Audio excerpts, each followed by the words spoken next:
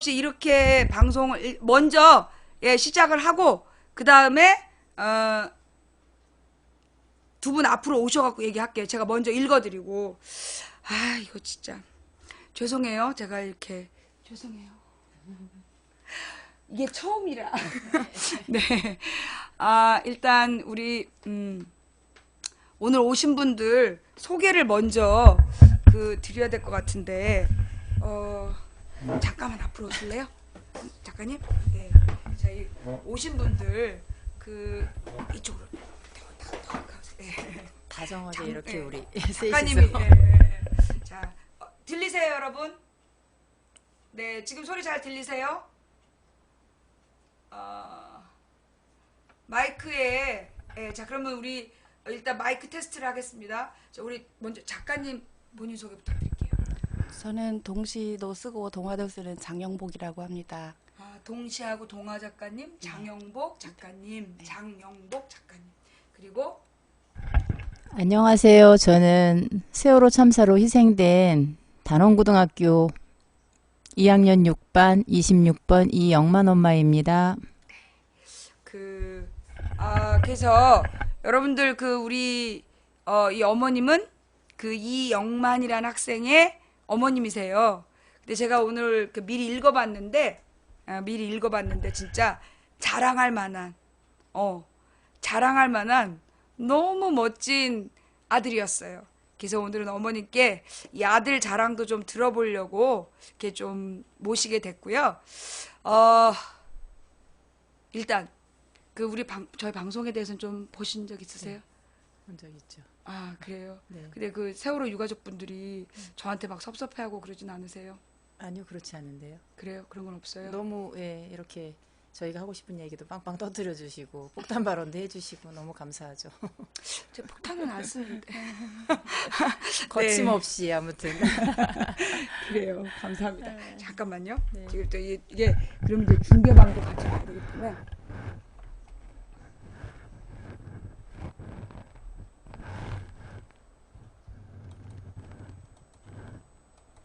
그러면 이제 이게 어떻게 된 거냐면 여기가 지금 현재 2,200명이 보고 있는 방이고요. 여기가 1,700명 정도가 보고 있는 방이고 지금 이제 이쪽으로 나오는 방이 한 140명? 140명 정도가 보는 방이니까 이 두 개 방을 중심으로 보시면 될 것 같아요. 이거 보니까 이제 여기 작가님이 지난번에 오셨을 때 네. 하셨던 말씀을 똑같은 얘기를 하면 안 될 것 같아서 일부러 찾아서 들어봤거든요. 네. 그랬더니 거의 하고 싶으신 말씀을 아마 거의 대체적으로 하신 것 같아요. 그래요. 예, 근데 보니까 2만 몇 분이 이거를 조회를 해서 보셨더라고요. 그런 거 보니까 어마어마한 그냥 우리가 알고 있는 언론사들 뭐 M 머시기 이런데 공영 방송과 다름없이 정말 선생님이 너무 잘하고 계시구나. 이렇게 많은 분들이 시청하고 계셔서 진짜 아마 2만 명이 본 게 한 분이 올리신 거고 또 다른 것도 한 몇천 명이 또 보는 것들이 있어서 그러니까 한 번 방송에 나가면 한 10만 명 이상이 이제 이 방송을 같이 보고 있거든요. 그래서 이제 오늘 제가 모신 이유는 제가 이제 다 읽어드린 다음에 제가 몇 가지 더 이야기를 듣고 그리고 나서 진행하도록 하겠습니다. 여러분 오늘은 어떤 멋진 학생에 대한 이야기 이제 오늘이 이제 세월호 1000하루가 되는 날이잖아요. 예, 세월호 1000하루가 되는 날인데 그래서 오늘 우리가 세월호의 1000하루의 선포를 했고요. 그리고 이제 지금 이렇게 오늘 우리가 이렇게 기억하자. 단지 기억이 아니야. 다 읽고 난 다음에 내가 얘기를 할게요. 제가 이걸 아침에 읽고 너무 감동을 해서 제가 이제 다는 못 읽고 우리 영만이 부분을 찾아서 읽었어요. 예. 자, 내가 아마 200 세연이 다음. 네.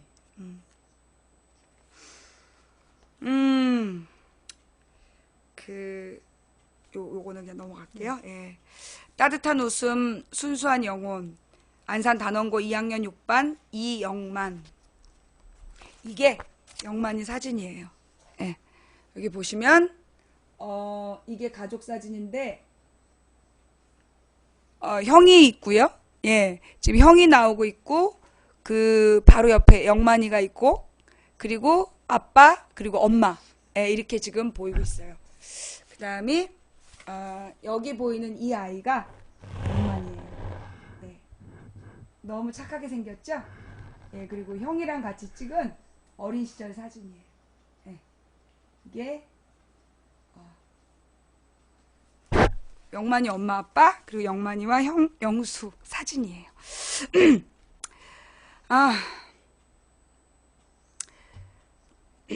네, 연습했는데. 자, 엄마에게 엄마 설거지랑 집도 치우고 옷도 개났으니까 와서 편안하게 쉬세요. 영만씀. 개났으니까 할 때 그 개가 어이 개자야. 그러니까 개어놓다라는 표현 개났으니까 이렇게 썼어. 이게 뭐냐면 7살 때 7살밖에 안 된 녀석이 어떻게 이런 마음을 가졌을까. 영만이가 건넨 따뜻함을 오래 간직하고 싶어 엄마는 쪽지 한 구석에 2004년이라고 적었다. 기관지 식도루라는 병을 갖고 태어난 아이였다. 건강하게 자라는 것만도 고마운데 다른 사람을 배려하는 마음까지 깊었다. 나는 특별한 사랑을 받고 자랐다. 영만이는 그런 믿음 위에 마음 뿌리를 내렸다. 부모님께 들은 아기였을 때 겪은 일 때문이었다. 태어난 지 닷새 만에 큰 수술을 받은 이야기. 얼마나 울었는지 2달 가까이 목이 쉬어 울음소리가 나지 않았지만 씩씩하게 견뎌낸 이야기. 똑바로 눕지 못하고 커다란 쿠션을 받치고 앉아서 잔 이야기. 음식이 기도로 넘어가서 응급실에 실려간 이야기. 영만이는 아무것도 기억할 수 없었다. 기침을 할 때 쇳소리가 나는 것, 감기에 걸리면 가래 끓는 소리가 유달리 큰 것, 옆구리와 가슴에 남은 수술 자국이 고통스러웠던 시간을 증명할 뿐이었다. 부모님께 엄마 아빠 저를 키워주셔서 감사합니다. 제가 태어났을 때 제가 식도가 안 좋아서 식도 수술을 할 때 엄마 아빠는 계속 울기만 하셨죠. 하지만 엄마 아빠의 도움으로 제가 안 죽고 살아났어요. 이때 아는 안에 니은 히읗이야. 제가 살아난 게 엄마 아빠의 사랑과 영광이 통한 거겠죠?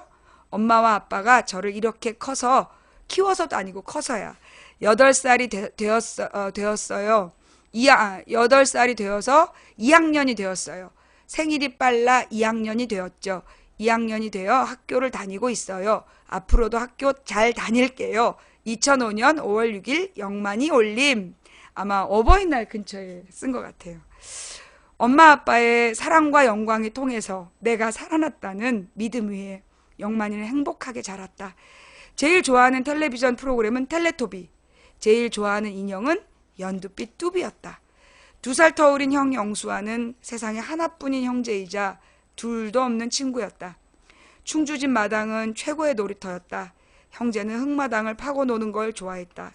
타임캡슐을 한다고 흙을 파내고 물건을 묻기도 했다.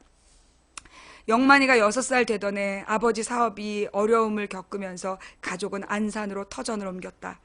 마당이 없는 낯선 환경이었지만 형제는 집 안팎에서 잘 놀며 자랐다. 보드게임기나 닌텐도를 사달라고 조르지 않는구나. 어머니는 넉넉하지 못한 형편이 안타까웠다. 하지만 형제는 그런 게 없다고 별로 속상해하지 않았다. 닌텐도가 없는 대신 밖에 나가 실컷 뛰어놀았다. 집에 있는 재료를 재활용해서 게임보드를 만들었다. 규칙은 스스로 궁리해냈다. 어머니는 그 애틋하고 창의적인 게임보드, 형제의 글과 그림, 친구들에게 받은 편지와 선물, 유치원에 가지고 다니던 컵과 식판까지 챙겨두었다. 형제가 자라 부모가 되었을 때 아이들과 함께 어릴 적 기억을 나누는 행복한 순간을 상상하면서 영만이는 짜증내는 일이 별로 없었다. 대체로 웃는 얼굴이었다. 넌 뭐가 그렇게 좋아서 웃고 다녀? 엄마는 영만이가 생각이 없이 웃는지 행복해서 웃는지 궁금했다. 난 정말 행복해요. 학교도 재밌고 친구들도 좋아요. 영만이 웃음은 따뜻하고 밝았다. 뭔가 장난칠 꿍꿍이를 숨기는 듯한 능청스러운 웃음을 지을 때도 있었다. 가위바위보로 정하자. 또 네가 이길 거잖아. 너 다른 사람 내는 거 보고 하지. 형 영수가 꿍꿍이를 짐작하며 물었다. 식구들은 영만이에게 지는 줄 알면서도 가위바위보를 했다. 그리고 영만이는 순식간에 다른 사람 몸짓으로 뭘 낼지 짐작하고는 지가 이길 수 있는 패를 냈다. 그리고는 시치미를 뚝 떼고 우연히 이긴 척하며 씩 웃었다. 외할머니는 이런 영만이를 능글능글한 녀석이라고 했다. 능글능글 영만이는 나중에 한의사가 되겠다고 스스로 한자 공부를 했다. 초등학교 1학년 때부터 일기장에 날짜와 요일을 한자로 썼다. 11월 11수 이렇게 한자로 썼어. 제목 만두 만들기. 저 이걸 보고 깜짝 놀랐어요. 이게 1학년 때 쓴 거예요. 만두를 만들었다. 밀가루를 쪼물쪼물 반죽하여 작은 밀대로 밀어서 모양 만들었다. 형은 우주 왕복선 모양과 바나나 모양을 만들었고 나는 공 모양과 외계 생물 모양을 만들었다. 엄마는 보통 만두를 만들었다. 잘 만들고 오동통했다. 맛있는 만두를 찜통에 쪄서 먹었다. 김이 모락모락 나는 만두가 정말 맛있었다. 이 초등학교 1학년 때 7살짜리 아이가 쓴 거예요. 영만이는 가족과 함께하는 일상이 즐거웠다. 역사와 과학을 다룬 책을 무척이나 좋아했다. 세계의 국기와 국가, 비주얼 박물관 시리즈, 만화 그리스 로마 신화는 표지가 너덜너덜해지도록 읽었다. 다정하고 잘 웃는 녀석이라 그런지 영만이를 좋아하는 여자아이들이 적지 않았다. 3학년 땐 현주라는 여자아이와 커플이 되기도 했다. 영만이에게 하이 영어로 썼어요. 이건 내가 미리 주는 크리스마스 선물. 크리스마스도 영어야. 예, 방학 잘 보내. 참 이거 커플 장갑이다. 내 건 핑크, 네 건 하늘. 너무너무 따뜻한 장갑입니다. 요 선물 배달은 산타. 2006년 크리스마스 즈음. 3학년이죠. 현주에게 이 현주라는 애는 보니까 조금 세련됐어. 근데 영만이는 너무 뭐라 그러나 진심으로 대하는 거야. 현주에게. 현주야, 난 널 보니 좋았어. 네가 날 고민한 건 네가 날 별로 좋아하지 않아서였지. 하지만 난 달랐어. 네가 이제 날 좋아하니 다행이라고 생각해. 지금까지 날 좋아했던 친구들 중 네가 제일 나았어. 여자애가 많았다는 얘기죠. 그러니 나와 목걸이와 반지로 잘해보자. 어머, 벌써 보석을? 목걸이와 반지로 잘해보자. 알겠지? 그럼 끝낼게. 안녕. 웃음. 하트가 하나, 둘, 셋, 넷, 다섯, 여섯, 일곱, 여덟, 아홉, 10개의 하트를 그린 뒤에 2007년 3월 29일 영만이가 이 두 친구는 무려 4개월 이상 사귀었다는 게 여기서 증명이 되는 거예요. 우리 팩트 부인이잖아요. 우리는 이 두 가지 쪽지를 통해서 둘 사이가 4개월 이상 유지됐다는, 지금으로 따지고 굉장히 오랜 시간을 사귀었던 거예요. 예. 자, 형 영수와는 2살 터울이었지만 영만이가 학교를 일찍 들어가는 바람에 한 학년 차이였다. 둘 다 친구들과 관계가 좋고 리더십이 있어서 이 부분이 감동이었어요. 같은 해에 영수는 석호초등학교 전교회장이, 영만이는 전교 어린이 부회장에 뽑히기도 했다. 천재 형제야. 하지만 성적은 영수가 훨씬 좋았다. 부모님 역시 영수에게 많은 기대를 걸고 더 많이 관심을 가졌다. 엄마 아빠는 왜 형한테 더 잘해줘? 영만이가 그런 얘기를 한 적은 없다. 영수와 자신을 비교하며 불평을 터뜨리지도 않았다. 6학년 일기에는 형이 전교 1등을 했다고 했다. 마음속으로 잘했다고 축하가 나와 날뛰었다. 꼭 형의 이름을 알려야겠다라고 적혀있다. 영만이 내면에는 형을 자랑스러워하는 마음과 공부가 아닌 다른 면에서라도 형을 이기고 싶은 마음이 공존했다. 게임이나 운동에서 꼭 형을 이기려고 들었고 아빠도 이기려고 했다. 지면 속상해서 어쩔 줄 몰랐다. 울기도 했다. 영만이는 운동을 좋아했다. 특히 달리기를 좋아했는데 초등학교 5학년 때는 5km 미니 마라톤 대회에 나가 4등을 했다. 한 번은 아버지와 함께 경기도 시흥에 있는 마라톤 경기장에 갔다가 마라톤 동호회원에게 스카우트 제의를 받기도 했다. 7월 23일 목요일, 이거 초등학교 6학년 때 일기예요. 제목 화랑유원지 기록갱신. 오늘도 잘 봐요. 오늘도 어제와 내일과 같이 3시 이후에 아빠와 운동을 갔다. 그러니까 이 아이가 얼마나 멋있냐면 오늘도 어제와 내일과 같이 이게 너무 멋있는 애야. 그러니까 어제 그럴 수 있어. 오늘도 어제와 같이는 가능한데 어제와 내일과 같이. 이건 내일도 한다는 얘기야. 그죠? 어제와 내일과 같이 3시 이후에 아빠와 운동을 갔다. 오늘은 집에서 15분 거리에 위치한 화랑유원지에 가기로 했다. 나는 오늘 컨디션이 좋아 아빠와 내기를 했다. 5,000원을 내고 아빠는 걸어서 한 바퀴, 나는 뛰어서 2바퀴 도는 내기였다. 애가 머리가 좋아. 한 바퀴가 1.7km 정도 되는 유원지를 2바퀴, 즉 3.4km를 뛰어야 했다. 하지만 나는 1년 전에 단원 마라톤 대회에서 5km에 도전해 4등을 했던 적이 있어 3.4km는 아무것도 아니었지만 거의 무리였다. 내기는 시작했다. 시간이 지나고 한 바퀴 반을 뛰었는데 아빠가 보이지 않아 죽기 살기로 뛰었다. 거의 막판에 아빠가 보였고 결승점은 아빠에게 50m 전이었고 나는 150m 전이었다. 최선을 다해 뛰었고 결국 승리하였다. 아빠가 부실하셔. 져준 거겠죠. 이것으로 나는 기록 갱신과 할 수 있다는 용기와 자부심을 안게 되었다. 용기와 자부심을 안게 만든 운동은 영만이가 성취감을 맛보고 자존감을 키우는데 큰 역할을 했다. 영만이는 학교에 갈 때도 걷는 법이 없이 항상 달려갔다. 축구도 달리기만큼 좋아하고 잘했다. 엄마는 보라색 나이키 축구화를 선물로 사줬다. 그 축구화는 영만이가 부모님께 받은 가장 비싼 선물이었다. 축구화가 비싸요. 영만이는 2010년 안산 선일중학교에 들어갔다. 형 영수가 사춘기가 되면서 조용히 혼자 있으려고 하는 시간이 늘어났다. 천진하게 장난치며 마음껏 형과 놀던 유년기는 그렇게 막을 내렸다. 하지만 엄마랑은 여전히 다정하기 짝이 없었다. 엄마 언제 와요? 왜? 엄마 저 더 먹으려고? 엄마와 영만이 사이에 수없이 오간 말, 수없이 오간 문자였다. 사랑하는 부모님, 제가 태어날 때부터 사랑을 베풀어 주시고 제가 태어날 때 가지고 태어난 큰 병에도 끄떡하지 않으시고 이렇게 살아서 숨 쉴 수 있도록 노력해 주신 부모님, 부모님께서 부르시는 사랑하는 아들이라는 뜻이 얼마나 큰 것인지 모르겠습니다. 부모님 사랑합니다. 2010년 5월 8일 사랑하는 아들 영만이가. 사랑하는 아들, 말 그대로 사랑스럽기 짝이 없는 녀석이었다. 사춘기가 되었는데도 엄마랑 손깍지를 끼고 다니고 엄마랑 같이 자는 걸 좋아했다. 얼레리 꼴레리. 엄마 잘 자용? 영만이는 콧소리를 섞어 애교를 가득 담아 말하곤 했다. 영만아 쓰레기 좀 버리자. 영만아 슈퍼에 장 보러 같이 가자. 영만아 부엌에 혼자 있는 거 심심해.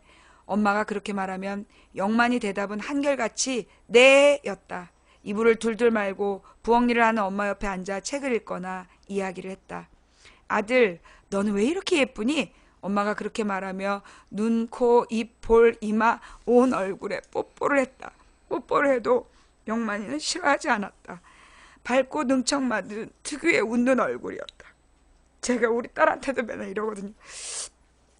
초등학교 때 한의사가 되겠다던 꿈은 중학생이 되어서 요리사로 바뀌었다.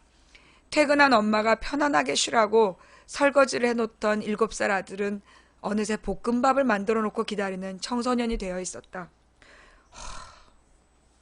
고등학교 때부터 볶음밥을 한 거예요? 어렸을 때도. 어렸을 때도? 요리하는 정말. 걸 되게 좋아했어요. 영만이는 요리를 좋아했지만 비린 음식은 잘 먹지 못했다. 비위가 약한 편이었다. 생선은 싫어했고 채소를 좋아하는 아이였다. 너무 부러워요. 우리 딸은 절대 채소를 안 먹거든요. 영만이 제일 좋아하는 김치는 설렁탕집에서 나오는 깍두기였다. 이 녀석아 설렁탕 시켜놓고 깍두기로 배를 채울래? 아빠는 한참 자랄 나이에 설렁탕을 배불리 먹이고 싶은데 음식이 나오기 전에 깍두기 한 접시를 다 먹어치우는 영만이가 안타까워 그렇게 남으라곤 했다. 제가 이러거든요. 나랑 닮았어. 사춘기가 되면서 영만이는 부쩍 더 노래를 좋아했다. 샤워를 할 때 똥을 눌 때도 노래를 불렀다. 영만이가 제일 자주 잘 부르는 노래는 키네틱 플로우의 몽환의 숲이었다. 이 새벽을 비추는 초생딸, 오감보다 생생한 육감의 세계로 보내주는 푸르고 투명한 파랑새, 술 취한 몸이 잠든 이 거리를 휘젓고 다니다 만나는 마지막 신호등이 뿜는 붉은 신호를 따라 회색 거리를 걸어서 가다 보니 좀 낯설어 보이는 그녀가 보인 적 없는 눈물로 나를 반겨 태양보다 뜨거워진 나 그녀의 가슴에 안겨. 누구를 사랑했을까요? 식구들은 변기 위에 이게 참 변기 위에 책상 다리를 하고 똥을 놓은 거예요? 그게 가능한가요? 그래가지고 변기 이거 엉덩이 네. 앉는 걸 몇 번 풀어뜨렸어요. 참 아주 훌륭한 예술인이 될 그런 아이였어요. 변기 위에 책상 다리를 하고 앉아서 똥을 누면서 랩을 하던 아들을 보고 중요한 건 문을 열고 했다는 거야. 그러니까 식구들이 봤겠지. 그죠? 랩을 하는 아들을 보고 폭소를 터뜨렸다. 친구들은 수학여행에서 그리고 노래방에서 영만이의 랩을 만났다. 깡마른 영만이를 난민 래퍼라고 부르기도 했다. 맨날 달려다니니까 애가 말랐던 거야. 투 영만이. 안녕 영만, 정민이야. 마라톤도 잘하고 몽환해수 랩도 잘하고 고등학교 가서도 건강하게 살 좀 찌고 잘 지내. 중학교 동창인가 봐요. 투 달리기 잘하는 영만이. 안녕, 나 지은이야. 여학생이죠. 감정 있단 얘기예요. 너 정말 잘 달리더라. 굿. 여자애들은 운동 잘한 남자한테 좀 뿅 가는 면이 있어. 그리고 랩도 잘해. 크크. 만나면 인사하자. 빠이. 아쉬움이 묻어나는 한마디였죠. 예, 만나면 인사하자. 이 계속 관계를 이어가자는 얘기예요. 네. 여자애들이 되게 많이 따른 것 같아. 그죠? 영만아. 어른 돼서 마라톤 선수 돼. 만우. 친구인가 봐요. 예, 영만이는 집에서도 학교에서도 착한 소년이었다.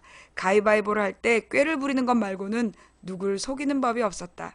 그런 영만이가 중학교 3학년 때 PC방에 가놓고 가지 않았다고 거짓말했다. 드디어 위기가 옵니다. 예, 뭐든지 항상 행복할 수 없어. 엄마는 영만이를 앞에 두고 단짝 친구 재영이에게 전화를 걸었다. 팩트 부인이야. 재영아, 너 아침에 영만이랑 PC방 갔지?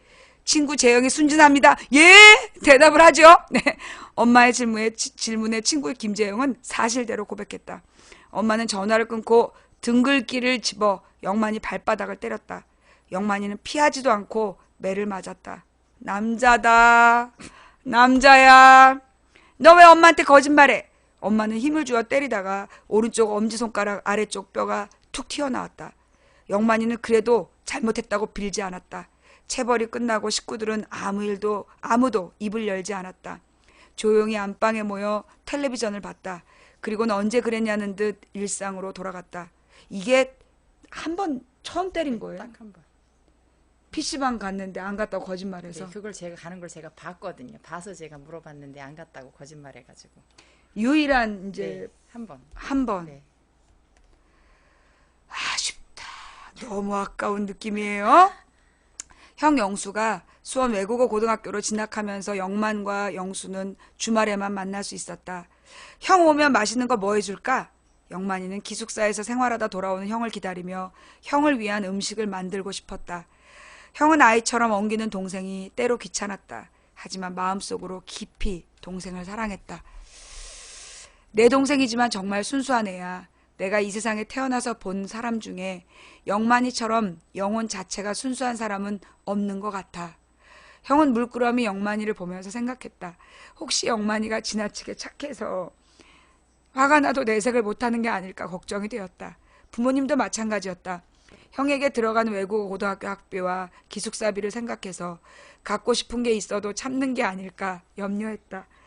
친구들이 거의 다 스마트폰을 가지고 있는데 영만이는 계속 투지폰을 썼다. 스마트폰을 사달라고 조르는 법도 없었다. 이제 옷 좀 사야 되겠다. 영만이가 그렇게 말할 땐 정말 옷이 꼭 필요하고 갖고 싶을 때였다. 단원고등학교에 입학할 즈음 영만이는 직접 인터넷 사이트를 돌며 고르고 골라 아웃도어 점퍼 하나를 샀다. 영만이가 제일 좋아하는 파란색이었다.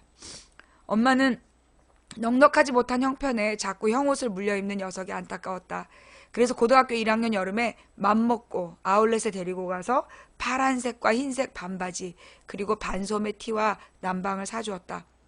초등학교 입학할 때 입었던 옷, 중학교 교복, 파란색 아디다스 트레이닝복, 나이키 양말, 고등학교 2학년 봄날까지 영만이가 즐겨 입고 아껴 보관한 옷들이었다. 중학교 친구 재영이와는 단원 고등학교에도 함께 갔다. 같이 PC방 범죄를 저질렀던 바로 그 재영이죠. 고등학생 영만이는 갓 태어난 아기에게서나 볼 수 있는 살인 미소가 매력이었다. 친구들은 웃음 많고 착한 영만이를 좋아했다.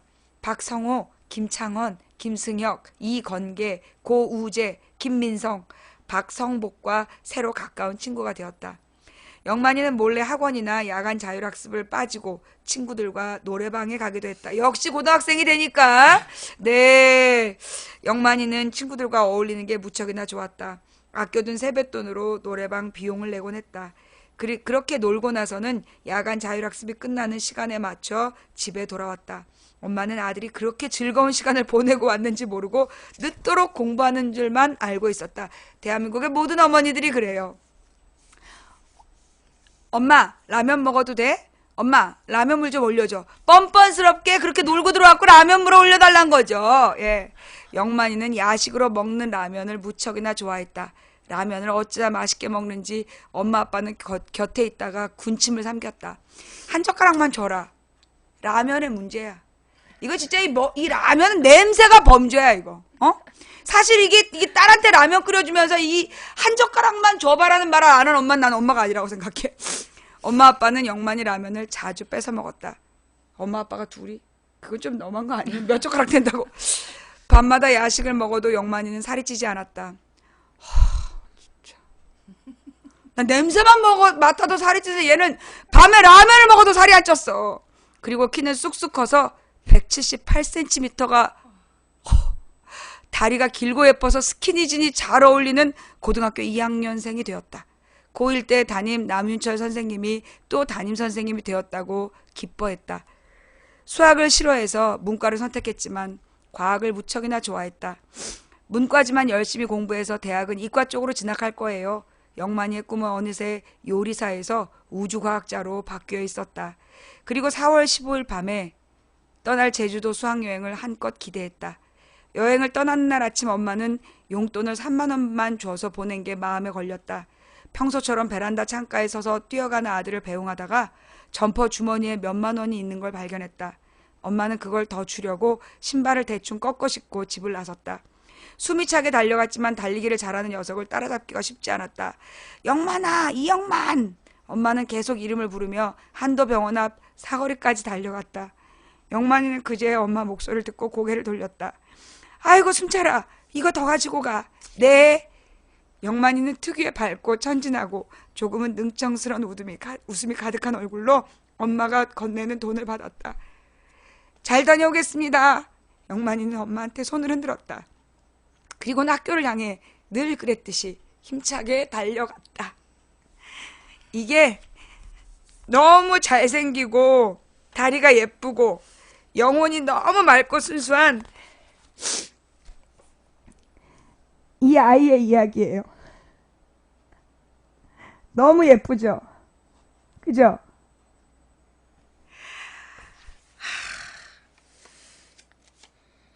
딱 내 이상형인데. 너무 잘생겼어요. 손가락 길고 너무 애가 아휴.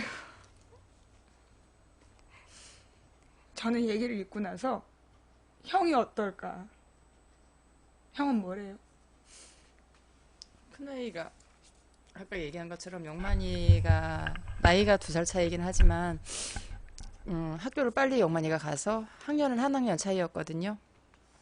근데 큰아이가 대학교 이제 고등학교 3학년 때 우리 영만이가 이렇게 됐잖아요. 그러니까요. 근데 어려서부터 정말 남다르게 공부를 엄청 잘했어요. 그래서 제가 여기 이야기도 나오지만 사실 아빠 사업 실패하고 그러면서 뭐 그렇게 아주 부유한 그런 생활이 아니었는데도 불구하고 아이들의 오로지 엄마 아빠의 기쁨이었던 거죠. 삶의 정말 기쁨이었고 그것이 활력이 됐었고 그래서 정말 고달픈지 모르고 열심히 살 수 있었고 그랬는데 아이가 그렇게 되고 나니까 아무 소망이 없는 거예요.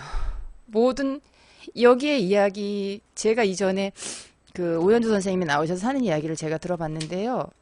정말 맞는 말씀을 계속 하셨어요. 그러니까 이게 한 아이가 가정에 한 아이가 희생이 되긴 했지만 그 아이의 그 아이가 그렇게 없어진 거로 인해서 모든 가족들이 그 아이의 그 죽던 그날에 다 같이 가족이 죽은 것 같아요. 삶의 의미가 없고 소망이 없고 의욕도 없고 뭐 특히 영수가 보니까 굉장히 내성적인 것 네, 같은데. 되게 내성적이고 이 충분히 여전히 말 잘 안 하고요.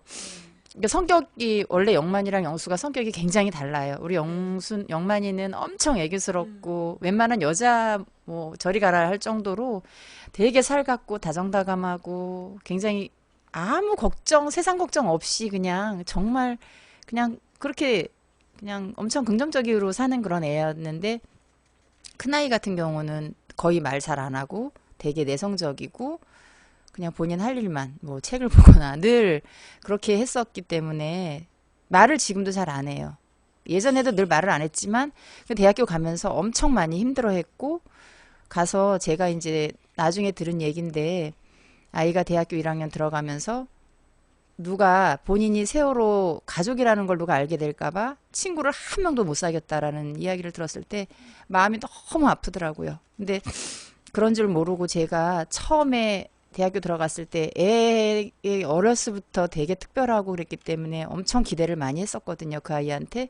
그랬는데 3학년 때 그런 일을 겪고 정작 본인이 정말로 가고 싶어 했고 원했던 대학을 못 가고 뭐 나름 그래도 지금은 남들이 그래도 부러워하는 대학은 다니고 있지만 저도 그것이 마음에 이게 제가 만족이 안 되는 거예요. 그렇지만 그래서 그 아이한테도 제가 한 학기 동안을 애한테 반수를 하라고 제가 엄청 애를 힘들게 했거든요. 근데 그 이야기는 제가 그 이후에 한 학기가 지나고 8월 달쯤에 제가 그 정신과 우리 아이를 계속 이렇게 상담했던 그 정혜신 박사님의 이야기를 제가 그러니까 그룹 상담을 통해서 아이가 그런 이야기를 선생님께는 했었던 모양인데 그러니까 이게 문제가 뭐냐면 가족들이 그 정혜신 박사님 말씀은 가족들 간에 서로 지금 이 희생된 이 아이 먼저 간 이 아이에 대한 이야기를 자연스럽게 나눌 수 있어야지 이게 치유가 된다고 하는데요.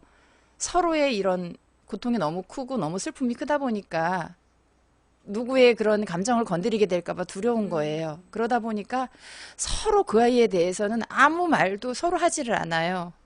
그냥 각자 그냥 이 마음에 그 아이를 그리워하고 있고 그냥 마음에 새기고 있지. 그러니까 우리 큰아이도 역시 마찬가지로 모든 아이들이 희생된 아이의 학생들의 그 형제 자매 아이들이 똑같겠지만 그 아이들이 부모님들을 더 걱정하는 거예요. 이러다가 정말 엄마 아빠들이 이런 고통으로 또 엄청난 투쟁으로 인해서 누구와 또 인터뷰에서 제가 본 기억이 나는데 엄마 아빠까지 잃게 될까봐 아이들이 그런 두려움 때문에 부모님에게 자기의 힘들고 자기가 고통스럽다는 이야기를 하지 않고 있거든요.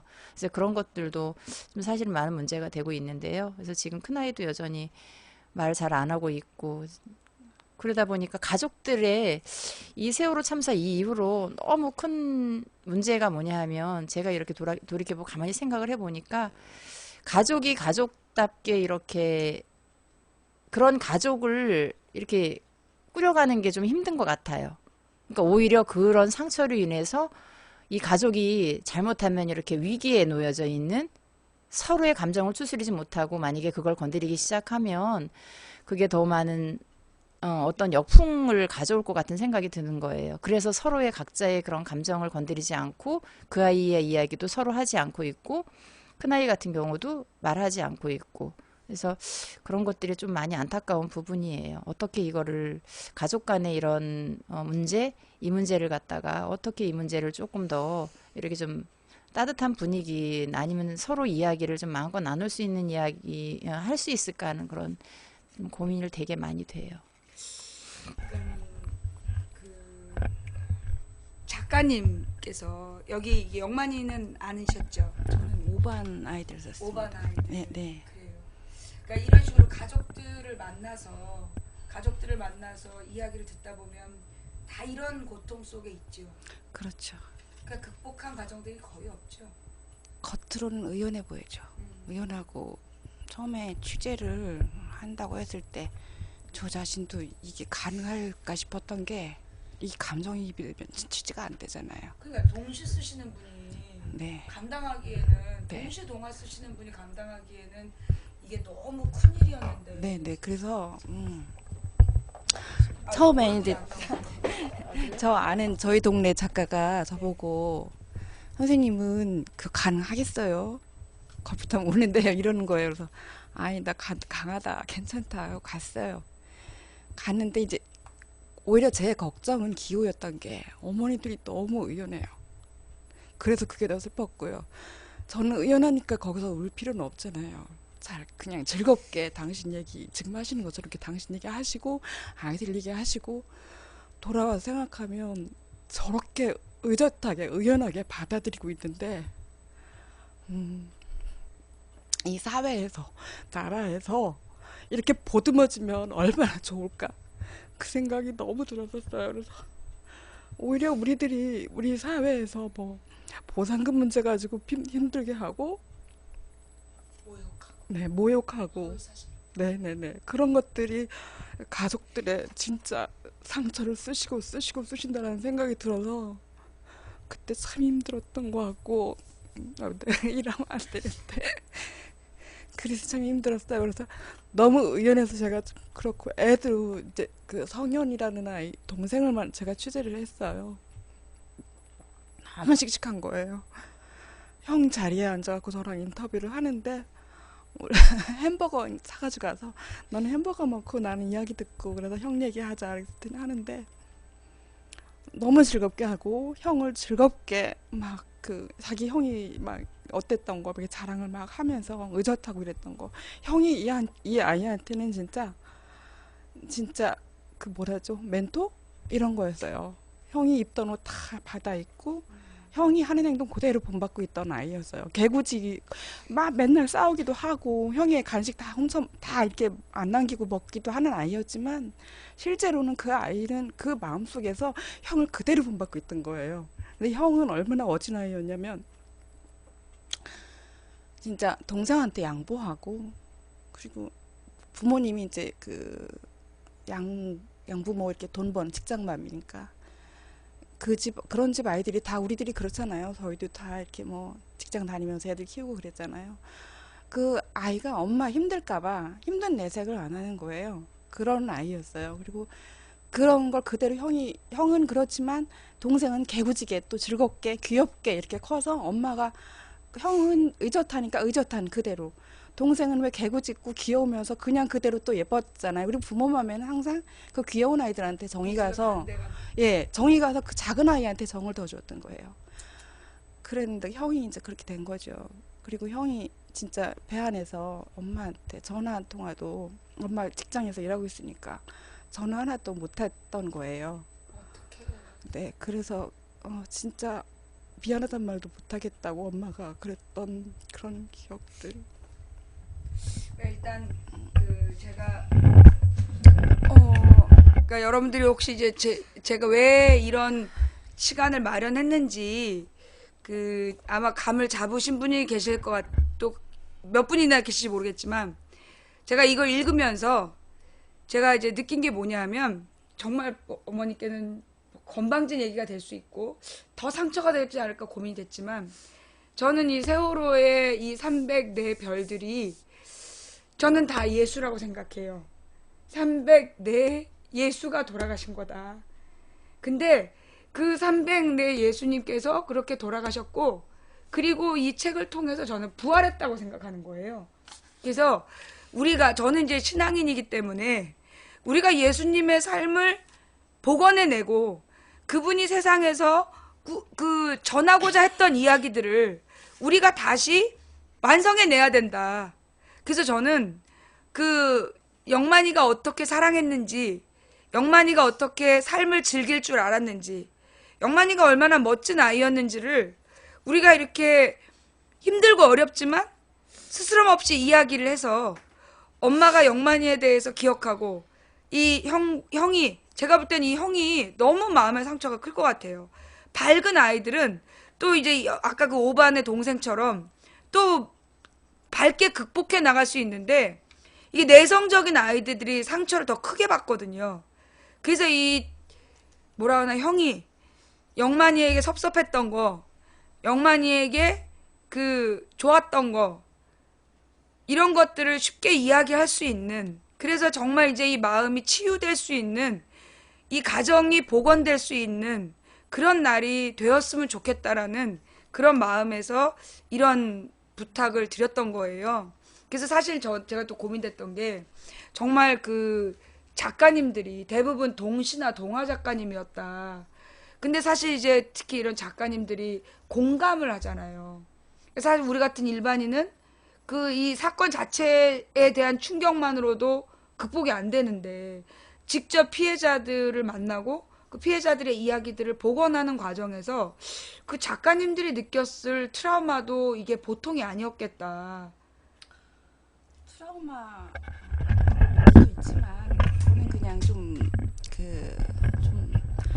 차라리 제가요 그 세월호 사건 났을 적에 그 배 가라앉을 시간에 제가 동시집에 서문을 쓰고 있었어요. 작가의 말을 쓰고 있었는데 도저히 쓸 수가 없는 거예요. 그래서 몇 번을 고쳐 쓰고 편집자한테 보냈다가 다시 그거 하지 말라고 다시 쓰고 나를 다 완전히 잊어버렸어요. 예, 몇 개월 동안. 근데 그러고 나서 내가 할 수 있는 일이 뭘까? 그냥 우리가 작가이기 전에 엄마잖아요. 엄마니까 뭘 할 수도 없는 거잖아요. 우리가 해줄 수 있는 게 없잖아요. 가서 같이 울어준들 우리 자식이 죽은 거 아니잖아요.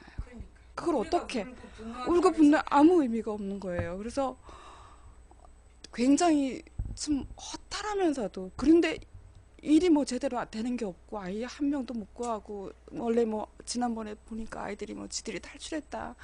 그거 너무 슬펐어요. 그 말 듣고. 근데 그런 것들을 보면서 오히려 이런 걸 누가 하자고 했을 때, 그러니까 그 전에도 이미 이제 지난번에 하늘 작가님께서 말씀하신 것처럼 한뼘 작가회에서 이제 한뼘 그림책이라든가 이런 활동을 이렇게 조금씩 하고 있었지만, 이제 그런 것들이 이제 여기에 집약됐다고 생각하는 게 이걸 누가 하자고 했을 때 저는 얼른 선뜻 받아들였어요. 왜냐하면 치유의 과정.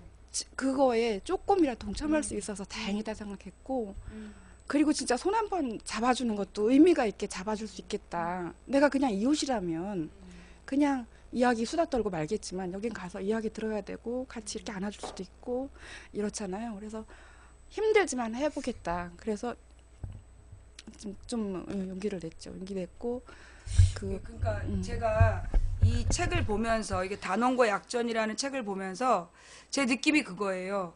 이 책이 가지고 있는 의미가 우리가 어떤 아이들을 잃었는지를 정리해내는 거. 그러니까 우리가 어떤 아이들을 잃었는지에 대해서 정리하는 게 첫 번째고, 그래서 그 아이들을 잃게 만든 놈들을 벌 주는 게 우리가 1단계겠죠.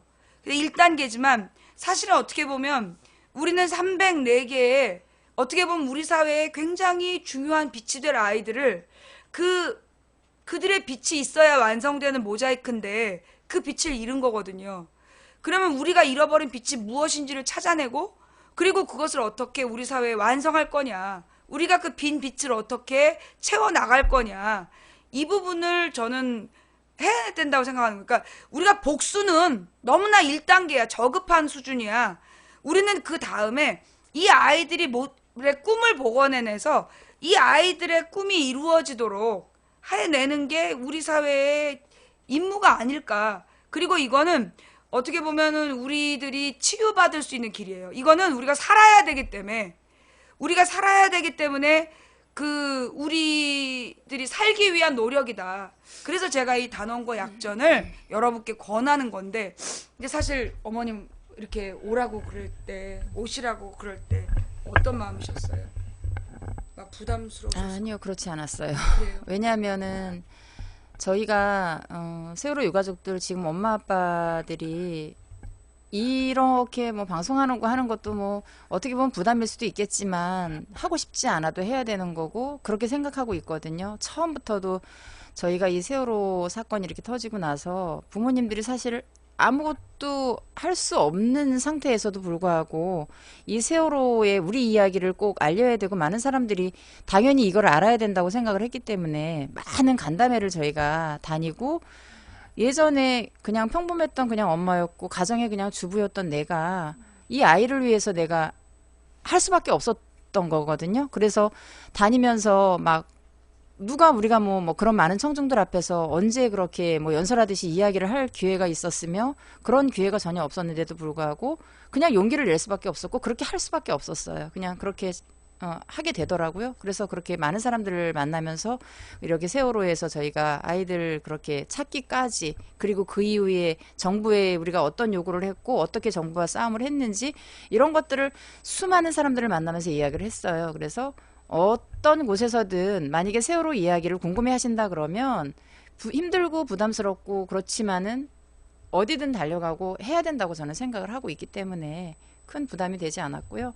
그리고 이 약전을 지금 여기서 말씀을 드리지만, 약전 북콘서트를 국회에서 한번 한 적이 있었어요. 국회의원분들 모시고, 그때 작년 언제인지 시기적으로 잘 기억이 안 나는데 한 가을쯤이었나요, 선생님? 봄이었던 것 같아요. 봄이었나요? 아무튼 그 약전 그 북콘서트 할 때 첫 회 약전 북콘서트를 하는데, 그때 제가 거기 그 이야기 손님으로 제가 나갔었었는데, 그때는 많은 이야기를, 짧은 시간이었기 때문에 많은 이야기를 못했고, 정말 정작 하고 싶은 준비했던 이야기도 너무 많이 못해서 끝나고 나서 너무 내가 왜 그랬지 막 바보스럽다고 되게 후회한 적이 있었어요. 그래서 그때부터 한 얘기 지금 다 하세요. 네, 그래서 선생님이 이렇게 약전을 다시 이렇게 하시면서 네. 이 여기 방송을 하신다고 그래서 네. 뭐 맨날 똑같은 얘기, 저희가 하는 얘기는 사실은 매일 똑같은 얘기예요. 그렇지만 이 이야기를, 약전에 대해서 또 이렇게 홍보도 해야 되고, 많은 사람들이 현주 선생님께서 그날 오셔가지고 많은 이야기를 하셨지만, 이 약전이라는 게 뭐 감정적으로 이렇게 읽고 그렇게 하지 않으셔도 세상에 정말 가장 소중한 게, 인간의 그런 소중한 게 가장 생명이잖아요. 그 생명이 누구나 소중하지 않은 사람은 없어요. 그러니까 그 아이들에 대해서, 그리고 너무 안타까운 건 사실은 이게 40매 분량으로 이게 약전이 지금 나와 있는데요. 40매 분량으로 아이들이 물론 짧다면 짧은 18년이라는 그런 삶을 그 40매 안에 다 담을 수는 없어요. 더 많이, 너무 사실은 짧더라고요. 네, 너무 아쉽고. 많이 아쉽거든요. 그러니까 영만이 같은 경우도 할 이야기도 참 많지만, 여기 이야기 영만이는 주로 좀 어렸을 때 이야기가 좀 되게 많이 나와 있고, 그런 아쉬움도 사실 없지 않아 있어요. 그러니까 이렇게 뭐 중학생이 됐을 때, 고등학교 때 생활이나 이런 것들을 더 많은 이야기를 담고 싶었는데, 선생님께서도 담고 싶으셨겠지만 이렇게 짧은 그런 분량 안에 담다 보니까 그게 또 이렇게 아쉽죠. 많이 아쉽죠. 그러니까 근데 이렇게 제가 이게 보니까, 이 책을 보니까 어머님이 아이 어렸을 때부터 그 기록들을, 뭐 그 쪽지, 일기 이런 걸 다 가지고 계시는 그런 분이신 것 같아요. 뭐 어떻게 보면은 밖에서 보면 이렇게 이야기를 하면은 뭐 좀 자랑질한다고 보실 수도 있는데요. 제가 어떤 부모든 마찬가지일 것 같아요. 아까 처음에 이야기를 할 때 서두의 얘기도, 아이를 키우면서 제가 가장 보람 있었고, 그 아이들을 통해서 내 삶에 내가 기쁨이 있었고 그랬었기 때문에, 아이들을 키우면서 제가 정말 혼신을 다해서 아이들을 키웠거든요. 그거는 지금 말씀하신 것처럼 애기들, 왜냐하면 아이들이 어렸을 때 본인의 기억은 잘 기억을 못 하잖아요. 그러니까 그런 걸 보면서 제가 좀 유별난 엄마였어요, 제가. 그런 것 그 같아요. 밖에서 사람들이, 우리 큰아이 친구 엄마들이 보면 저보고 매일 그랬어요. 신사임당 엄마라고. 그럴 정도로 제가 아이들 일이라면 정말 제가 완전히 혼신의 힘을 다해서 아이들을 키웠거든요.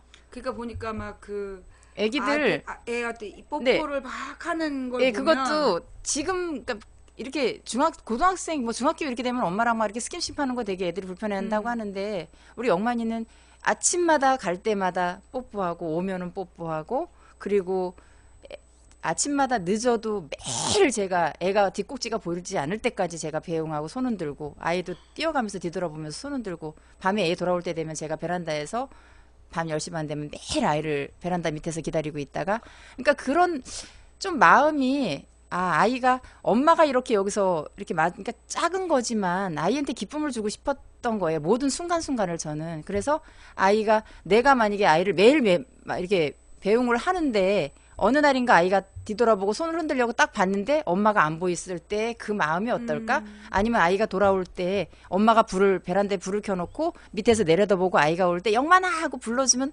너무 좋아서, 그러니까 그런 순간순간을 저는 엄청 애틋하게 제가 생각을 하고 그렇게 키우면서, 아기 때 어렸을 때 애들 첫 번째 신었던 양말, 기저귀, 뭐 애기들 뭐 약 먹일 때 약 먹였던 숟가락, 그러니까 조금 사람들이 보면 막 구질구질하다고 할 정도로 제가 애기들 물건을 거의 버리지 않고 다 제가 지금도 모아놓고 있거든요. 그러다 보니까 물건이 집에 어마어마했죠. 그러니까 거기에 막 뭐 애기들 육아 수첩 이런 건 당연하고요. 뭐 베네쪼고리, 손수건, 뭐 앞에 턱받이, 또 애기들 그러니까 유치원 다니고 그럴 때 쓰는 그 도시락, 식판, 뭐 물컵, 막 그런 거 칫솔 이런 것까지도 목걸이. 우리 제가- 신랑이 그랬는데. 그러니까 그런 게 되게 저게 애틋한 거예요. 그리고 학교 다니면서 아이들이 학교에서 하는 과제나 이런 것들을 해가지고 너무 잘하니까 막 신기한 거예요. 지금처럼 이런 일기나 이런 것들도 요거 아니 말고도 진짜 초등학교 1학년 일기가 어떻게 진짜 조물조물. 제가 여기 혹시 이따 시간 되면 저기 전화기에 제가 우리 아이가 1학년 때 쓴 일기가 2편 정도로 제가 가지고 다니는 게 있는데요. 일기를 너무 정말 잘 쓰는 거예요. 지금 읽어주세요. 한번 읽어볼까요? 아니 얘는 정말 표현력이 표현력이 엄청 너무 대단해갖고. 그래서 좀 막 집에서 이제 와서 보시는 분들이 아 이거를 영만이 이거를 책으로 냈으면 좋겠다고 그러니까. 일기장하고 독서록 막 애기 처음에 입학하면은 입학 때 달았던 명찰 그리고 애기들 1학년 들어가면 우리들은 1학년이라는 책이 있었어요 옛날에 그 책이며 오죽하면 제가 애기들 처음에 맸던 1학년 때 들어갈 때 가방 있잖아요 책 가방을 제가 우리 아이 고등학교 1학년 때까지 제가 보관하고 있다가 우리 영만이가 1학년 때 10월 달에 저희가 한번 이사를 했거든요. 그때 이사를 하면서 제가 애들 책가방을 버린 거예요. 어떡해. 근데 지금 너무 후회가 돼요, 그러게. 그게. 그러니까 그런 것들을 엄청 애들에 대한 그런 애틋하고 소중하게 아이들 물건도 역시 마찬가지지만 엄청 그렇게 소중하게 제가 다루고 그런 의미에서 아이들이 하는 것들을 과제나 이런 걸 너무 잘해가지고 오니까 그걸 보면서 엄청 아쉬운 생각이 들더라고요. 아, 이런 순간들이 지나가면 이게 나중에 커서 아이들이 본인 스스로는 기억을 못할 것이고 그러니까 아이들의 이런 것들을 내가 먼 훗날에 정말 어른이 되고 이 아이가 아빠가 됐을 때 이런 거를 추억으로 함께 나눌 수 있으면 좋겠다 해서 큰아이 작은아이 거를 물건을 제가 거의 다 지금 가지고 있어요. 그래서 집에 오시면 아무튼 보시고 다들 조금 놀라고 하시는데요. 영만이가 일기를 여기 쓴 게 너무 일기를 제가 잘 써가지고 제가 일기를 가지고 다니는 일기가 있어요. 근데 요걸 좀 찾으려면 좀 시간이 걸리니까 선생님이 좀 얘기 잠깐만 하고 계세요. 너희들이 무슨 짓을 한지 알겠니? 박근혜야, 김기춘아, 니네들이 지금 무슨 짓을 했는지 알겠니? 네가 어떤 엄마의 어떤 아들을 돌려주지 않은 건지 알겠니? 니들이 왜 천벌을 받아야 되는지 알겠냐? 이 엄마에게 영만이가 어떤 존재인지 찾으셨어요? 예. 정말 이 분노가 우리들이 잃어버린 우주가 어떤 우주인지 이 아이들에게서 우리가 뺏은 게 무엇인지 이 엄마에게서 이 김기춘과 박근혜가 이 최순실 일당이 무슨 짓을 했는지 복원을 해내야 돼 우리가. 이 일기예요. 이게 초등학교 1학년 때 이게 일기예요. 이렇게 역시 그때도 이렇게 한자로 그러니까 7살이죠. 일단 사진을 좀 보여줘야 돼. 얘가 세상에 이 초등학교 1학년 일기인데 글씨를 되게 잘 쓰고 이렇게 길게 써. 초등학교 1학년이 너무 길고 글씨도 너무 예뻐. 야. 글쓰기 교육을 안 시켰는데도 그랬단 예, 말이죠. 그런 건데. 그러니까 한번 읽어볼까요? 네, 한번 엄마가 읽어주세요. 그러니까 일기를 쓸 때 뭐 어디서 누구한테 배웠는지는 모르겠지만 이렇게 제목을 주제를 정하면 일기가 쓰기가 좋잖아요. 그러니까 초등학교 1학년 때 7살 때 얘가 학교를 갔으니까 7살 때인데요. 여기 10월 27일이라고 금요일이라고 돼 있네요. 이걸 한자로 이렇게 다 쓰고 햇님 표시를 했어요. 제목은 내가 가장 사랑하는 엄마예요. 우리 엄마는 잘하는 게 너무 많다. 이렇게 하고요. 학교 다닐 때 우리 엄마 꿈은 성악가였다고 한다. 그래서 노래도 잘하신다. 유명한 성악가가 되려면 이태리에 갔다 와야 하는데 그곳에 안 다녀와서 성악가가 못 되었나 싶다. 그리고 엄마는 운동도 아주 잘하신다. 우리는 여름에 저녁마다 감골 운동장에 모여서 운동을 했는데 엄마는 축구, 배드민턴, 줄넘기 모두 너무 잘했다. 엄마는 운동하는 모습은 아프로디테 여신처럼 화려하게 빛나서 눈물이 찔끔 났다. 우리 엄마는 책도 재미있게 잘 읽어주시고 우리 공부도 잘 돌봐주신다. 나는 우리 엄마가 자랑스럽다. 그래서 난 엄마께 세상에서 제일 예쁘다고 애교를 부린다. 엄마 사랑해요 하고 뽀뽀, 입술 2개 하고 쪽쪽 그렇게 써놨어요. 또 하나는 그리고 요거 앞에 일기는요. 네. 요거는 이제 그것도 이제 앞에 바로 있는 거라 10월 26일에 이거는 수요일이네요. 제목 재미있고 신나는 민속놀이예요. 민속놀이를 했다. 많은 민속 체험을 했다. 한국의 민속놀이를 다 해본 건 아니다. 그게 다라면 너무 시시하게 끝나면 안 되징 이라는 말을 해주고 싶다. 나는 떡 만들기가 재미있었다.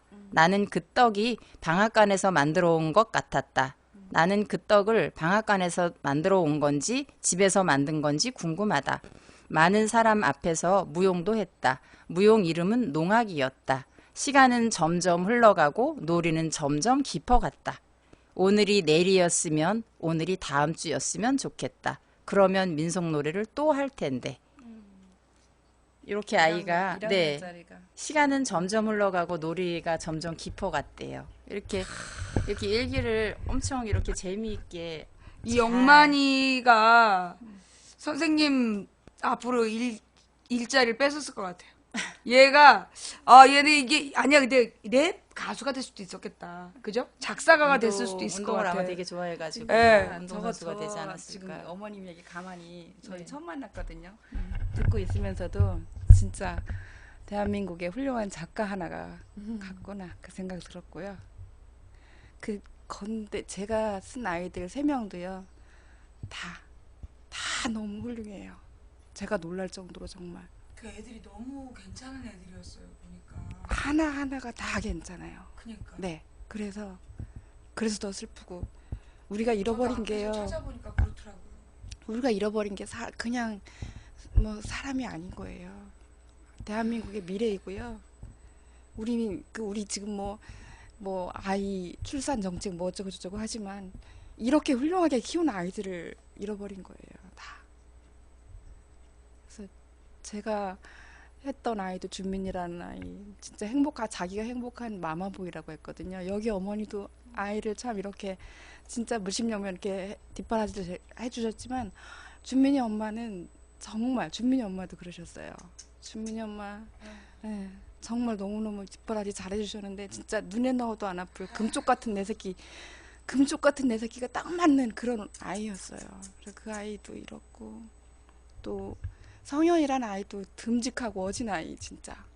이삭이라는 아이는 그냥 영화의 주인공 같은 아이예요. 그러니까 제가 만난 새 아이들이 다 제가 하면서 느낀 게 새 아이가 어쩌면 그렇게 다 영화의 주인공처럼 우리가 무슨 자신의 인생의 어떤 주인공처럼 그러니까 자신의 인생을 살면서도 왜 주인공이 되기는 좀 어렵게 약간 수동적으로 사는 사람 있잖아요. 근데 이 아이들은 청소년이었음에도 불구하고 다 자기 주체적으로 자신의 삶을 갖고 나가고 있던 아이들이었던 거예요.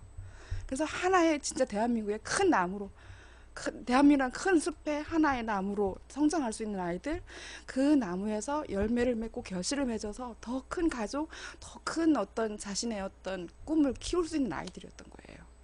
그래서 너무 슬프고 오늘 아침에 제가 여기 이제 와야 되니까 어제 저녁에 밤에 좀 긴장도 되고 잠도 안 오더라고요. 그래서 이 새 아이 걸 읽으면서 또 새삼스럽게 또 그 아이들이 생각나고 또 눈물이 나고 그러더라고요. 그래서 우리가 잃어버린 게 뭔가 그걸 진짜 곰곰이 생각해 봐야 돼요. 우리가 잃어버린 건 우리의 미래인 거예요. 미래. 그러니까 제가 이 단원과 약전을 보면서 느낀 게 뭐냐면 사실 이제 제가 지금 고3이 된 그러니까 이 아이들보다 한두 살 어린 딸을 키우는 사람인데 근데 이제 이게 뭐가 느껴지냐면 이게 청소년들의 마음이구나. 그러니까 제가 볼 때 이 단원과 약전을 통해서 저는 이제 우리 유가족 분들에게는 아이들에 대한 이야기를 할 수 있는 분위기가 돼야 되는 거. 그게 이제 저는 이 이야기 단원고 이야기를 약전을 많이 보고 이 아이가 영만이가 얼마나 멋있었는지 이 엄마에게 계속 물어봐 줬으면 좋겠어요. 엄마는 자랑할 게 너무 많아. 그죠? 영만이에 대해서 물어보고 아이에 대해서 자랑할 수 있도록 나는 해줘야 된다. 저는 그게 우리가 해야 될 일이라고 생각해요.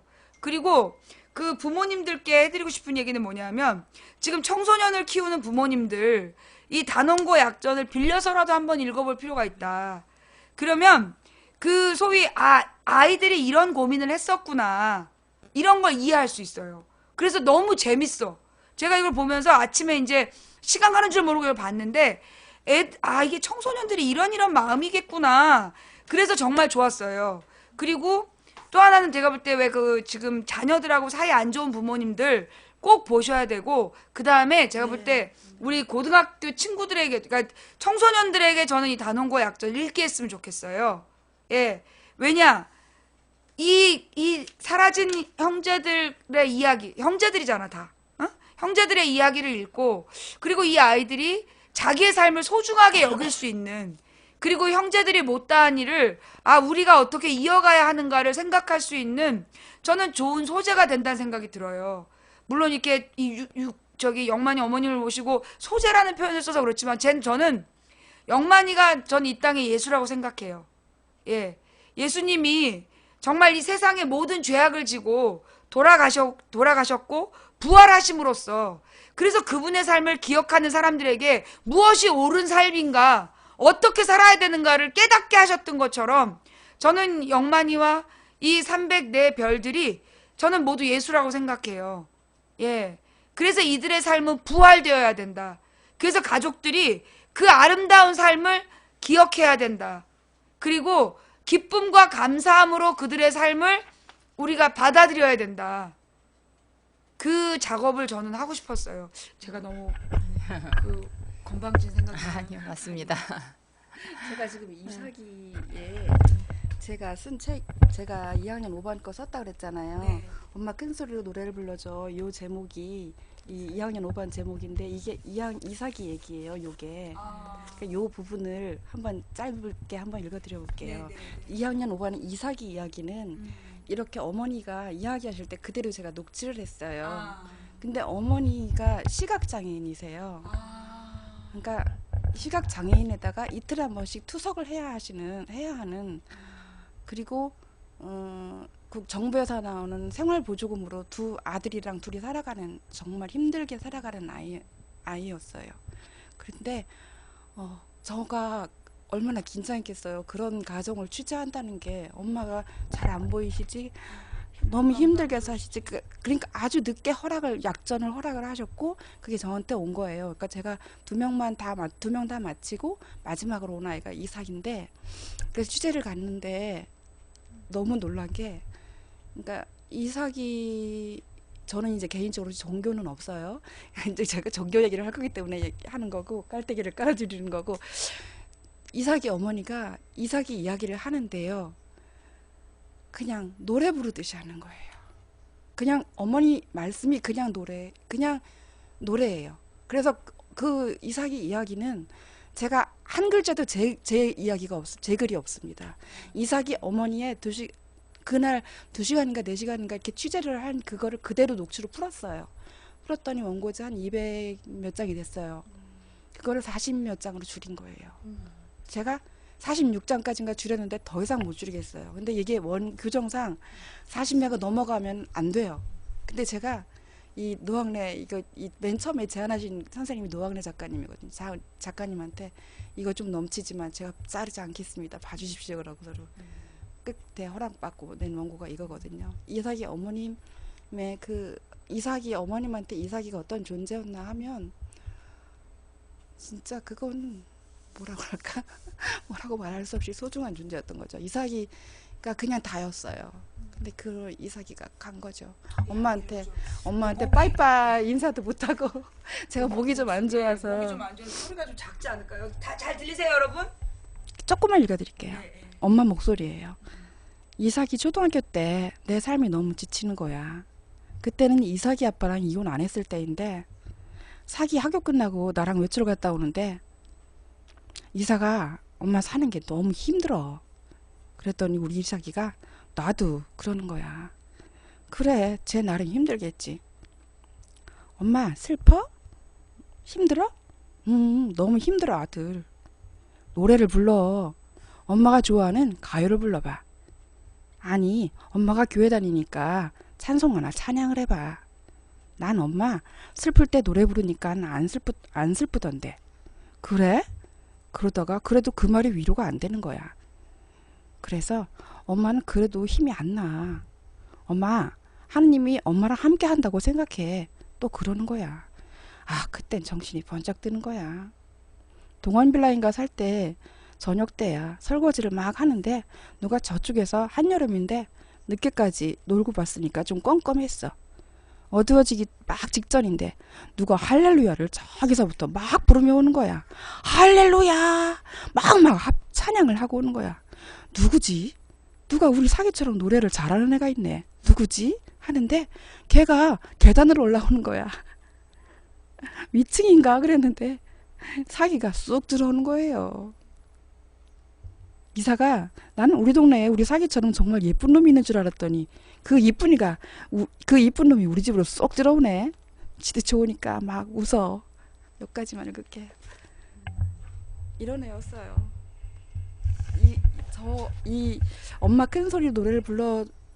일 한번 읽어보시면 짧게 줄였지만 이석이가 어떤 아이인지 엄마한테 어떤 아이 존재인지 엄마가 이제 한날은 에피소드를 또 얘기하자면 엄마가 너 이거 저기 그 남자 수술해주는 거 그거 못 해줘서 어떡하지? 그랬더니 걱정 마, 내가 알아서 할게. 그래? 그럼 네가 커서 알아서 해? 그랬더니 엄마 사실 내가 슬슬 까고 있어. 그 이야기가 이 책에 나와요. 그래서 막 웃다가도 그 아이를 생각하고 엄마가 또 참 울고 막 이러시고 지금도 살고 계시고요. 어제 통화를 오랜만에 했어요. 그랬더니 여전히 투석 받으시면서 힘들게 살고 계신다고 하더라고요. 그래서 우리 이삭이 이야기도 그렇고 성현이 이야기 너무 의젓하고 멋진 성현이 이야기, 준민 이야기 저는 새 아이만 썼으니까 새 아이만 뭐 자랑하는 게 아니라 여기 다 모든 작가들이 133명의 모든 작가들을 섭외하기도 엄청 힘들었을 것이고요. 이거 사실 엄청난 큰 기획입니다. 노학래 선생님이 제안하셔서 진짜 저는 깜짝 놀랐어요. 네, 엄청난 기획인 거예요. 맨 처음에 이거 시작하셨을 적에요. 저희가 작가들은 이제 나중에 투입된 거고 이거 작가들을 섭외하기 전까지 모든 준비가 다 되어 있어야 되는 거잖아요. 그때 누군가 제안을 하고 그리고 견본책을 샘플북을 만들어야 되잖아요. 그러면 누군가 작가를 또 섭외해서 샘플을 원고를 또 그 부모님을 설득해서 샘플 원고를 쓰고 그걸 또 샘플 책으로 만들어서 작가들한테 이런 식으로 만든다라고 보여줘야 되고 그 과정이 엄청 길고 힘들었어요. 네. 저거는 이제 나중에 글만 쓴 사람이지만 나중에 아마 망치부인 이 선생님께서 이거 기획하시고 진행하신 선생님들 기획자들 한번 모셔서 한번 들어보시면 보통 힘든 작업이 아니었다라는 걸 아실 거예요. 그러니까 이게 좀 죄송한 게 저는 이제 방송하는 사람이잖아요. 제 입장에서는 그러니까 사실은 제가 이 날짜를 매일 기록을 했어요. 그러니까는 매일매일 여기다 이 날짜를 적는데 날짜를 이렇게 적는데 1000일이 다가오는 거예요. 그리고 이제 곧 1월이면 1000일이 되는구나. 그런데 우연히 우리 선배가 이 단원고 약전이라는 책을 그 출판사 사장이 친구인데 팔 생각을 안 하고 있다. 이래가지고 제가 알게 됐어요. 근데 전 정말 제가 미리 이걸 알았더라면 제가 근데 솔직히 너무 일찍 안 것보다 지금 딱 안 게 저는 하나님의 뜻이라고 봐요. 맞아요. 특히 오늘 이 세월호 1001일에 오늘 이 영만이 이야기를 하게 된 거 그리고 오늘 작가님 모시고 이야기하는 것도 저는 이게 다 계획이시라고 생각되는 거야. 그래서 이 단원고 약전이 제가 볼 때는 우리 사회에 굉장히 중요한 책이란 생각이 들고 이거 그냥 책이 아니야. 이거 우리의 역사야. 그래서 나는 어떻게 보면 이 아이들 하나하나 단 40장에 나는 그 인트로라고 생각해요. 여기 보면 40페이지짜리의 인트로야. 그러니까 그 40페이지 뒤에 너무 많은 이야기들이 있는 거야. 그죠? 그죠? 네, 맞아요. 그렇죠. 얼마나 많은 애들의 이야기가 있겠어. 그래서 그 아이들의 이야기들을 우리가 살려내야 돼. 그래서 나는 나중에 영만이 친구들도 만나고 싶어. 정말 영만이는 PC방에 한 번만 갔을까? 노래방에서 어떤 노래들을 불렀을까? 또 영만이를 사랑했던 여자들도 만나고 싶어. 그들이 영만이를 어떻게 기억하는지. 그래서 우리가 정말 웃으면서 밝고 기쁘고, 그리고 영만이의 유머, 영만이의 그 꿈, 행복, 이런 것들을 우리가 다시 온전히 느껴서 우리가 마음에 치유받는, 그래서 우리가 치유받고 영만이에게 우리가 감사하는 모습을 보면서 어머님이 치유받는, 그리고 영수가 치유받는 그런 나라가 되었으면 좋겠어요. 제가 오늘 우리 그 세월호 1001일에 사실 오늘 제가 전 시작하는 의미로 모셨거든요. 그러니까 1000일은 또 다 기억할 수 있고 주기도 다 기억할 수 있지만 1000하루 이건 새로 시작하는 거잖아요. 네. 우리가 1000일 전에 그 배를 못 건질 거라고 누가 생각했겠어요. 맞아요. 예. 근데 우리는 배를 건지지 못한 지 1000일이 지났고 오늘 우리는 이제 어떻게 보면 1000일 동안 어머님이 싸우셔서 영만이를 살리기 위해서, 영만이를 부활시키기 위해서 싸우셨고 그 결과 박근혜가 지금 유배대가 가 있는, 유폐시켜 놓은 거잖아요, 우리가.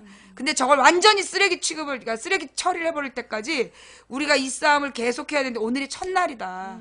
그래서 그 세월호 유가족 어머님들을 저는 진짜 모시고 싶어요. 모셔서 같이 이야기를 하고, 그리고 우리가 잃어버린 세상이 어떤 건지. 그래서 영만이의 꿈을 누가 이어갈 건지. 그래서 정말 영만이하고 내 아이가 비슷하구나. 그래서 정말 하나하나 기억할 수 있는, 제가 영만이에게 엄마가 뽀뽀하는 장면은 제가 우리 딸에게 뽀뽀하는 장면과 똑같았거든요. 아이고, 우리 딸이 왔네. 이름이 영민이에요. 아, 그렇구나. 들어가. 아니, 엄마들이요, 유일하게 웃을 수 있을 때가 자기 아이의 이야기를 할 때 엄마들이 가장 기뻐하는 시간들이에요. 자기 아이 이야기를 마음껏 할 수 있는 그 시간들이, 그런 시간이 주어지는 것이 엄마들이 유일하게 기뻐하고 즐거워하는 시간 중에 하나가, 그러니까 내 이야기를 누가 물어봐주면 내 아이의 이야기를 마음껏 할 수 있게, 그러니까 그것도 하나의 치유의 방법인 것 같아요. 근데 진짜 맞는 게요. 우리가 맨날 울잖아. 그렇죠. 세월호 이야기하면서 네, 운단 서로, 말이야. 맞죠. 근데 이제 울지 말고 우리 아이들을 살려내자고. 얼마나 멋있었는지. 전 진짜 영만이. 네, 아쉬워. 제가, 그러니까 뭐 누구나 다 소중한 사람이고 아깝지 않은 사람은 없어요. 부모들한 마음엔 다 똑같은데, 저 같은 경우도 영만이가, 그러니까 아까 얘기해서 들었지만 우리 큰아이는 중학교 때부터 이미 기숙사 생활을 나가 있었기 때문에 아이랑 같이 이렇게 막 살갑게 할 수 있는 그런 성격도 그랬고 잘 되지 않았지만, 우리 영만이한테 제가 의지를 엄청 많이 했거든요.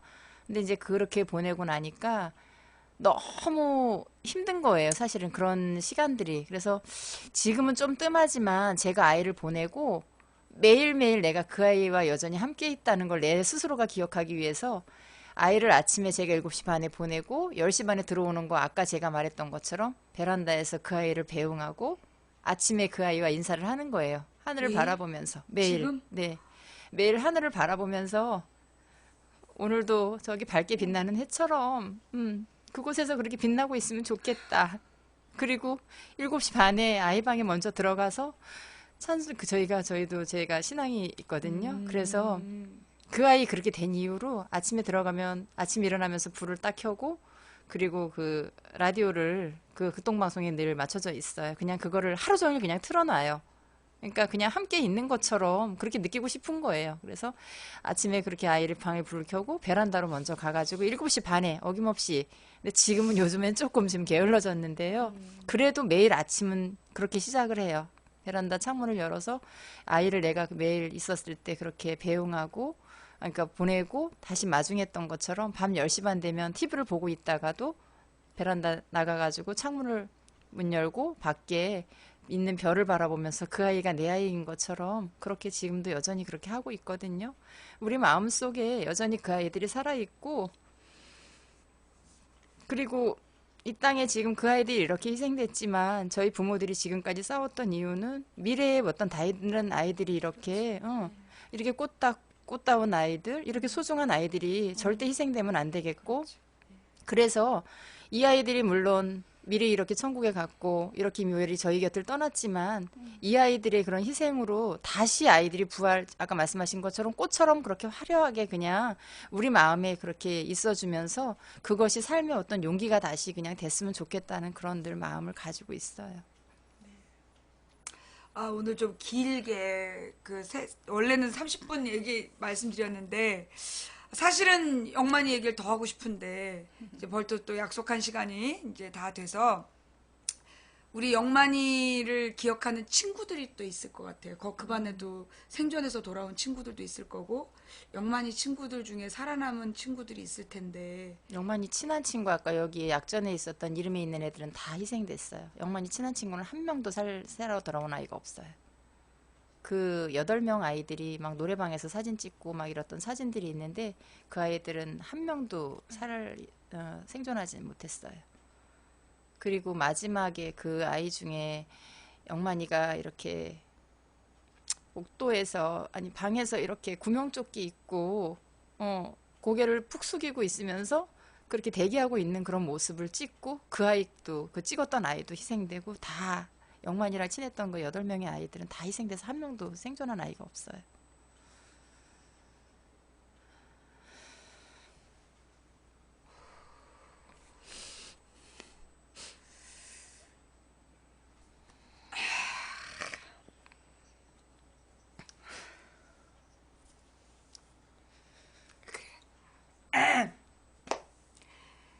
할 일이 많아 우리가. 우리가 되게 할 일이 많아요. 예.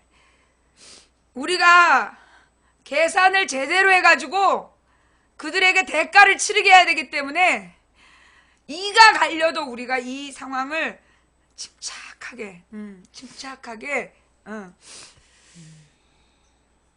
기억합시다. 침착하게 기억하고 영만이와 친구들의 행복한 여행이 아름답게 마무리될 수 있도록 우리가 지금부터 노력하겠다는 다짐을 했으면 좋겠어요. 오늘은 2학년 5반 부모님 없이 작가님만 오셨는데 그 2학년 5반의 친구들과 또 이 다른 이 생존한 친구들에게 혹시 해주시고 싶은 이야기가 있다면. 제가 2학년 5반 3명만 썼지만 2학년 5반 3명을 기준으로 치면 제가 오늘 아침에 잠깐 글을 써본 게 있어요. 그때 우리가 잃은 것, 내가 만난 준민, 성현, 이삭을 생각하며 그걸 이 세 아이를 기준으로, 준민은 친구가 많아서 품이 넓은 미래의 지도자 또는 경영자였고, 엄마의 영원한 바리스타였고, 행복한 마마보이, 듬직한 오빠, 게임은 좀 했어요. 필수니까요. 성현이는 어지러요. 아우에게 양보하고 직장맘인 엄마를 지극히 배려하고 사촌동생은 물론 할머니까지 챙길 줄 알고 그러면서도 조용히 자신의 미래를 개척하는 속 깊은 아이. 그래도 게임은 좀 했죠. 게임은 필수니까요. 이삭이는 모두의 비타민, 시각장애가 있는 엄마를 태우고 자전거를 타고 또는 함께 걷던 엄마의 보호자이고 위안이었어요. 아빠에게 부담이 되는 게 힘들어 아빠를 보내야 했을 때 말없이 현실을 인정했던 아이였고요.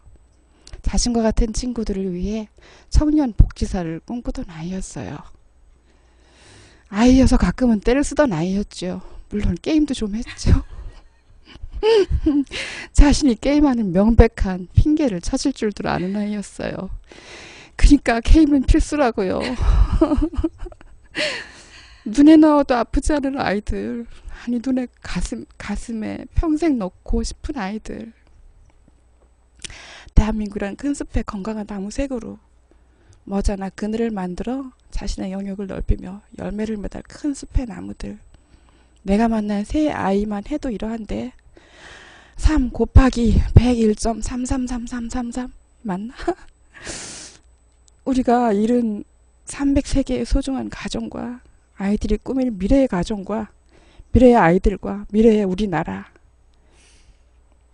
부모들의 블랙홀 같은 절망과 슬픔과 우리 모두의 허탈과 절망과 슬픔, 우리가 더 얼마나 더 잃어야 우리가 너무 많은 걸 잃었다는 걸 알 수 있을까요? 잃어가고 있다는 걸 알 수 있을까요? 여기까지 쓰다 말았네. 아, 제가 오늘 느낀 건 영만이의 이야기를 언젠가 다시, 언젠가 다시 뭔가 이렇게 하나 이루어낸 다음에 영만이 이야기를 다시 하는 날을 맞이했으면 좋겠고, 또 이렇게 영만이 어머님처럼 다른 친구의 어머님들도 한 분 한 분 만나서 마음껏 자랑하시도록 마음껏 불러주세요. 엄마들도 기다리고 있을 우리 거예요. 엄마들 이렇게 모여갖고 네. 이게 다 같이 막 이렇게 자기 자식 얘기 자랑하면서 그런 시간 한번 가졌으면 좋겠어요. 해드리고 싶어요. 그러니까 유일하게 웃을 수 있는 시간이 그런 시간이에요. 내 새끼 이야기하고 우리 아이 그니까. 이랬었다 저랬었다. 막 이런 애들이 이야기. 사고 친 얘기도 재밌을 것 같아. 웃기죠. 그죠? 예. 그런 이야기들을 하면서 어머님들이 일어나야 또 가족들이 또 일어나겠죠. 그죠?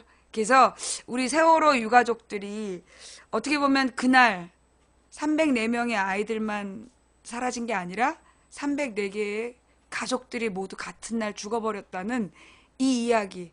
근데 아직 이 남은 가족들은 우리 곁에 있잖아요. 우리가 그날 그 아이들을 구해내오지 못했는데 지금 이분들은 우리 옆에 있잖아요. 그러니까 우리가 지금 이분들을 끌어안고 그래서 이 아이들의 그 멋진 모습을 부활시켜서 그래서 우리가 같이 살아갈 수 있는 멋진 시작이 되었으면 좋겠어요. 그래서 1001번째 날 어머님과 작가님 모셨습니다. 오늘 하시고 싶은 얘기 더 많으셨겠지만 여기서 마무리 되겠어요? 네, 다음을 네. 기억하면서 네. 마지막 인사. 마지막에서 또 길어질까봐 그냥 짧게 할게요. 지금까지 아무튼 저희들 잘 버틸 수 있게 여러분들도 이렇게 힘 모아주시고 늘 응원해주셔서 감사하고요. 우리 아이들이 정말 다시 이 땅에 이렇게 정말 교훈적인 그런 이 참사가 세월호 참사가 교훈이 됐으면 좋겠고 우리 아이들에게 이렇게 희망을 줄 수 있는 이 저희들에게는 슬픈 일이지만 다른 분들께서 우리 아이들을 보면서 이것이 오히려 새로운 어떤 희망을 꿈꿀 수 있는 그런 우리 아이들이 됐으면 좋겠습니다. 모두 모두 감사합니다.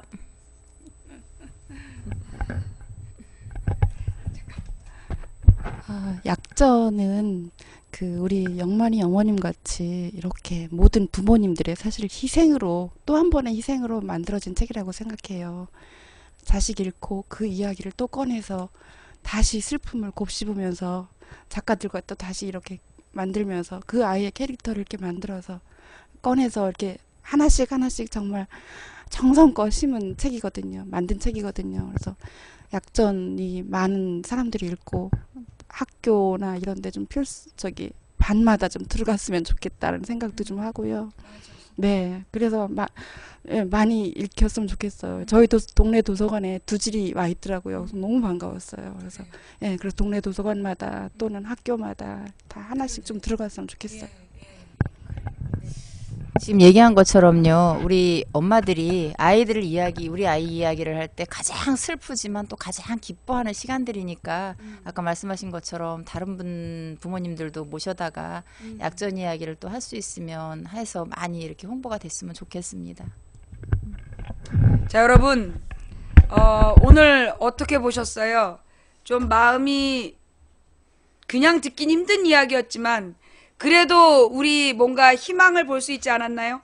자, 이렇게 우리 첫 번째 희망을 만든 날로 오늘을 기억할 수 있었으면 좋겠고요. 두 분 보내드리고 다시 올게요. 노래 하나 듣고 계세요? 자, 인사하시고 가세요. 감사합니다. 자, 노래 하나 틀어드리고